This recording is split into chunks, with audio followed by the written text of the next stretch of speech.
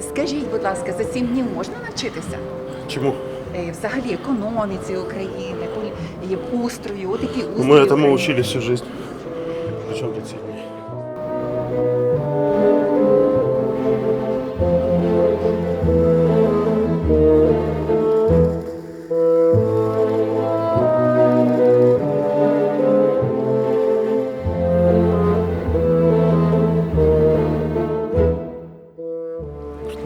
За 7 днів можна навчитися всіх тих економічних азів, тобто які? Нет, за 7 дней я думаю, что научиться нельзя, но можно систематизировать знания, полученные ранее.